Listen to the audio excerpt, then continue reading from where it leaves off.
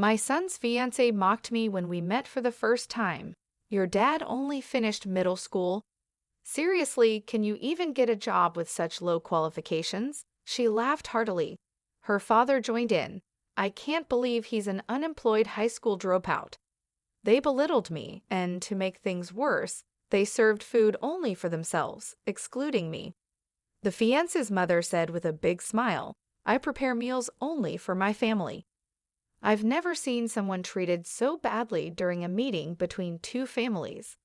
I decided to get back at the 5 rude people, including my son, and told them to say whatever they wanted before storming out of the restaurant.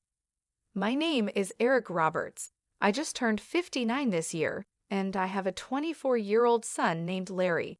But my relationship with my son is strained, and he never comes to my house.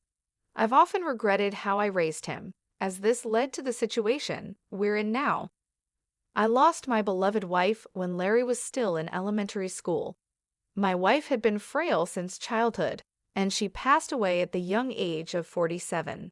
At my wife's funeral, I didn't care about the judgmental looks from relatives. I sobbed like a little kid. Larry was more composed, telling me, Dad, it's sad, but let's say our goodbyes to Mom. But my grief only lasted during the funeral. Back then, I was running a real estate business I had inherited from my father. The day after my wife's funeral, I woke up to phone calls from clients. That's right, I had loyal clients to take care of, and I had to raise Larry on my own. Those phone calls snapped me out of my grief, and I headed to my office. At the same time, I took part in school events and PTA meetings, filling the role my wife had played all by myself. There's no way my clumsy self could juggle work and school events perfectly on my own. I quickly gave up and decided to temporarily close my business. I handed over my clients to another real estate agency so I could spend time with Larry. But when I went to his school, Larry glared at me and said, Dad, I told you not to come. He even complained, don't tell anyone you're my dad. Without saying whose parent I was or why I was at the school, I would just be some stranger. Even today, I'm wearing a name tag that says Roberts as I participate in PTA activities. I couldn't understand why my son suddenly started giving me the cold shoulder, but it didn't take long for the truth to come out. Hey, isn't that your dad? What's he doing at school on a weekday? Does he have nothing better to do? One classmate said, My mom said that after your mom passed away, your dad became jobless, right? Larry remained silent and looked down as his classmates taunted him. I quickly rushed over and told them, I'm just taking some time off work. It's like your summer or winter break. But this only made things worse for Larry. Your dad's just pretending to be on break. Your family's poor. I'll share my bread from lunch with you, one kid said. Larry grew more and more resentful, and his classmates kept making fun of him. Despite knowing my son was being ridiculed, all I could do was look the other way. I can't remember how many times I cried alone because of how pathetic I felt. Soon, when Larry entered middle school, he started hanging out with delinquents. He would sleep over at friends' houses and hang out at gas station parking lots until late at night. Back in the day, cell phones weren't very common, and it was rare for a middle schooler to have one. Larry started coming home less and less, and I had no clue where he was or what he was doing. All I could do was apologize when I got calls from the school saying there had been a complaint from a nearby gas station. Whenever I went to Larry's school, Larry and his rowdy classmates would call me names like good for nothing and bottom of the barrel while throwing empty cans at me. Larry had become more violent since entering middle school, and I was scared to even talk to him, not knowing what he might do. I wish I had handled things better when he was still in elementary school, but what was the right way for a parent to deal with a child's bad behavior? I had no idea how to communicate with a teenager and was utterly confused. He skipped school without caring and even ran away during classes. His grades were rock bottom. At a parent-teacher conference, they told me about a private high school where even Larry could get in, and I was relieved. I was glad there was a high school he could go to, I thought maybe he'd calm down a bit after going to high school. Just as I hoped, after starting high school, Larry began to take his classes seriously. He studied hard, started scoring a bit above average on tests, and even made it to college. But his disdain for me remained the same. Even after going to high school, he continued to bounce from one friend's house to another, never stopping by home. After getting into college, he started living alone in a dorm and paid his tuition by working part-time. He was living independently, which was commendable, but he was cold as ice towards me. Even after he started working, he never once came home. Then, out of the blue, when Larry was about 24, he called me. He said, "I've got someone I want to marry." Then he goes, "Next Sunday at 3 p.m., we're meeting up at a fancy restaurant, so be there," and lets me know the plans he made without even asking about my availability. I was like, hold on, this is too sudden. But when I got mad, he just said, "If you can't make it, don't bother," and hung up the phone with his cold attitude. I had mixed feelings, but he's my only son, so for his sake, I went to the fancy restaurant at the time he told me to. When I got to the restaurant, her folks were already there, and they were like, "Who are you?" All rude. I was like, "You call me out of the blue, and then ask who I am? Come on." But even though I was fuming, her folks just said, "No, we didn't call you," and they were just as cold as my son. Now my son Larry was standing there smirking. This guy was up to something. Still not sure I trusted what was happening, I headed inside the restaurant. There was no talk about Larry or his partner Kelly. Instead, I was the center of their attention, and they treated me like an intruder.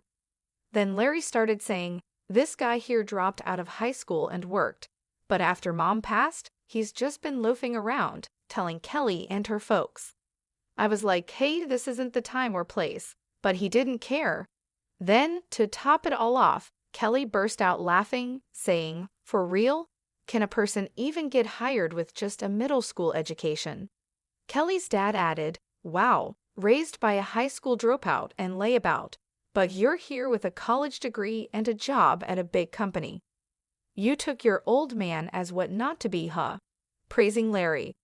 I was too tired to argue and was about to say what you want, I'm out of here, but then a waiter came in from behind me with the food. "Sorry for the wait," he said. "Oh right, the food hadn't even come yet." I was so upset I forgot. I tried to calm down, thought I'd just eat what was in front of me and leave, but the food that got brought out was only for Larry, Kelly, and Kelly's parents. The waiter said, "I'm sorry, we had a reservation for 5, giving me this look." Kelly's mom said, "Yes, that's correct. He's not our family, so don't mind him," giving the waiter a sweet smile. The waiter looked all kinds of uncomfortable and backed out. Just as I was about to lose it, Kelly's dad cut me off. He said, "We don't want anything to do with some deadbeat high school dropout. Our family and relatives are all bank employees, doctors working at major companies. You don't belong here. Please leave." That was enough. I said, "Is education and job history all you care about? Aren't you folks a bit off your rockers?" and got up to leave. To that, Kelly's dad said, "I work at Bank of New York Mellon, where education and job history really matter for clients' trust." But of course, a layabout like you wouldn't know. I said, "Oh my, you work at Bank of New York Mellon, huh? That's quite impressive," and walked out. I said that as I was leaving, but they didn't hear me. The next day, I paid a visit to Bank of New York Mellon, where Kelly's dad works. Being called a deadbeat by my son, his classmates, and my son's fiancée and her family, I must admit, I'm not actually a deadbeat. After my wife passed away, I temporarily closed my real estate business. Let me clarify, it was just a temporary closure. I didn't shut it down for good. After my wife's passing, I switched my business to online management so I could prioritize my son's school events and PTA meetings. When I had a physical store, most of my clients were neighbors, but after switching to online management, I could serve customers from all over the country, like people living in small towns about an hour's drive from the nearest train station, and even Americans living abroad. I started getting more consultations about renting and buying properties from these folks. Thanks to the internet, I could expand my property portfolio and cater to a broader clientele. Running a real estate business online made things possible that seemed like a dream. Additionally, I was quite active in stocks and investments as a hobby. Currently, I have $70 million deposited in Bank of New York Mellon, where Kelly's dad works. Upon arriving at the bank, I promptly requested to speak with the branch manager and informed him about everything that happened the day before. I said, I was told by one of your employees that this bank operates on trust, built on educational background and work history. So I've lost all trust in this bank because of that statement. Could you please proceed with the account closure? The branch manager kept apologizing profusely and finally explained the account closure process with a face on the verge of tears. Oh, I almost forgot about something important. There's this troublemaker who has not paid the rent for the apartment I own for 3 years. I had been letting it slide, thinking he's my son, but no more. I mailed my son a notice demanding 3 years' worth of rent. 5 days later, Kelly's dad and my bonehead son came storming into my house. Why did you rat me out to the branch manager? That was underhanded, Dad. What's the deal with that notice? If you're the manager, cover for me. I sighed and said, I lost trust in the bank after learning about your practice of judging clients based on education and work history. Are you panicking just because of what one person said? Do you have something to hide? And Larry, just because we're family doesn't mean you can skip paying rent. Pay your own rent. Kelly's dad shouted, because you went around stirring the pot, I got a bunch of complaints from my other clients. My boss chewed me out because of what you did. The nerve. Oh no, I didn't stir the pot. I just shared this story as casual conversation with my relatives and clients. I didn't tell them to close their accounts, I said with a smile. My son snapped at me, What clients, Dad? You're just a deadbeat, aren't you? Do you think a deadbeat could afford to build a huge house like this in such a prime location and still maintain this lifestyle? I even did some renovations recently, I replied. My son looked baffled and said, Huh? What's that? Did you go into debt or something? I'm really fed up with you. I took a break from my real estate job for a while and then switched to running an online business, which I'm still doing. How many times do I have to tell you I'm not a bum? I said. My son turned pale and said, What? I had no clue. I thought you were just working part-time. Kelly's dad started yelling, You're a real piece of work, keeping your occupation secret even from your own son. Annoyed, I said, Say whatever you want, and closed the front door. Outside, I heard them shouting, You've ruined my reputation. I'm gonna sue you. I can't believe I've been duped by my old man for this long. I'm not gonna let him do this to me. They were making a ruckus, but after about 5 minutes of shouting, they seemed to get exhausted and it got quiet. Once they realized that shouting was meaningless, I figured they wouldn't bother coming around here again. I let out a sigh of relief and went to make myself a cup of coffee. Just then, I heard my son's voice outside again. You big fat liar. What are you still doing here? I said as I looked out the window to see Kelly's dad and my son spray painting my front door. You've got to be kidding me. What are they up to now? Just as I was about to go outside and give them a piece of my mind, I heard a police siren getting closer. Could it be that someone in the neighborhood called the cops? My hunch was right. When I went outside, the 3 of them were being detained by the police, who had shown up because of a neighbor's complaint. There he is, that big fat liar. I lost all my credibility at work because of him, they shouted.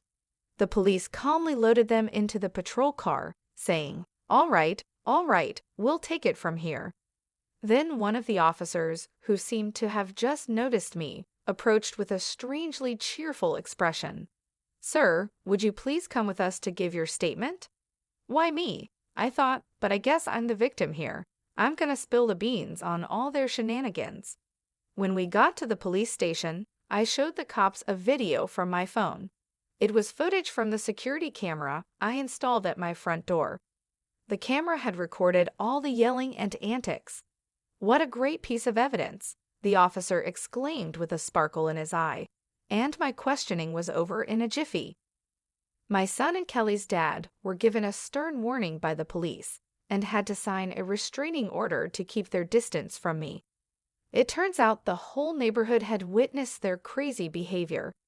One of my son's coworkers who lives nearby had been blabbering about it at the office. "Hey, you won't believe it, but Larry was caught spray painting his own father's house and got hauled off by the cops." I was so shocked I recorded the whole thing. My son became the talk of the town at his workplace and with clients, and his boss ended up demoting him. I went to report the incident to Bank of New York Mellon again, where Kelly's dad worked. When I showed the manager the security camera footage on my phone, his face turned white as a sheet. I heard that Kelly's dad finally got fired, and naturally, she called off the engagement with Larry. Larry and Kelly's family both fled far away to a rural area. Apparently, Kelly's parents even came to work part-time at the gas station in the sticks run by my brother. They were no good and couldn't get the hang of stocking shelves, no matter how many times they tried. I showed them and had to give them the boot right away. Word spread quickly, and nearby gas stations and farmers did the same. According to my brother, Kelly's parents can't seem to land a steady job and are bouncing from one gig to another at gas stations and farms. Furthermore, I heard that Kelly showered her boyfriends, including my son, with expensive gifts like watches, and she got into debt because of that. The little money her parents make from their part-time jobs apparently goes straight into paying off Kelly's debts. It's a mystery how they're making ends meet. It's been 6 years since then, and my son is now 30. It seems like he's changed for the better after being treated with kindness from folks in the small town he moved to. He came to me a couple of times and apologized sincerely. He said, "I was naive and immature. I didn't even try to understand your job and just labeled you as a good-for-nothing. I can't apologize enough for how much I regret it." Seeing the change in my son's attitude, I decided to let him move in with me. Now he's working at a company near my place, and little by little, he's helping me out with my work too. But don't get me wrong, he's still inexperienced, and I don't trust him completely. I'm hesitant to hand over all my work to him, but I'm going to observe his behavior and attitude towards work and make decisions accordingly. If he proves he's really turned his life around, I might consider handing over the reins of my business. But if I told him that, he might get too excited and say, "For real?" I'll hand in my 1 week's notice tomorrow and do something impulsive. I'm living with my son, holding on to the hope that one day I'll feel confident enough to trust him with everything. After the incident with the police, the news about Larry and Kelly's dad spread quickly. The neighborhood couldn't stop talking about it. One of Larry's coworkers, who lives nearby, blabbered about it at the office, saying, "Hey, you won't believe it, but Larry was caught spray painting his own father's house and got hauled off by the cops." I was so shocked I recorded the whole thing. Because of this, my son became the talk of the town at his workplace, and his boss ended up demoting him. I went to report the incident to Bank of New York Mellon again, where Kelly's dad worked. When I showed the manager the security camera footage on my phone, his face turned white as a sheet. He was speechless. I heard that Kelly's dad finally got fired, and naturally, she called off the engagement with Larry. Larry and Kelly's family both fled far away to a rural area. Apparently, Kelly's parents even came to work part-time at a gas station run by my brother. They were no good and couldn't get the hang of stocking shelves, no matter how many times they tried. My brother said they were a complete disaster, always messing up and causing trouble. Despite all this, my focus remained on my son. It's been a long road, but I believe he's starting to understand the importance of hard work and responsibility. He's apologized for his past behavior and seems genuinely remorseful. I've told him that actions speak louder than words, and I'm watching to see if his actions match his apologies. Living with him again has been challenging, but it's also been a chance for us to rebuild our relationship. I see glimpses of the man he could become, and it gives me hope. I haven't decided yet whether I'll hand over my business to him, but I'm giving him a chance to prove himself. If he shows he can be responsible and trustworthy, then maybe, just maybe, I'll consider it. But for now, I'm taking it 2 days at a time, hoping for the best and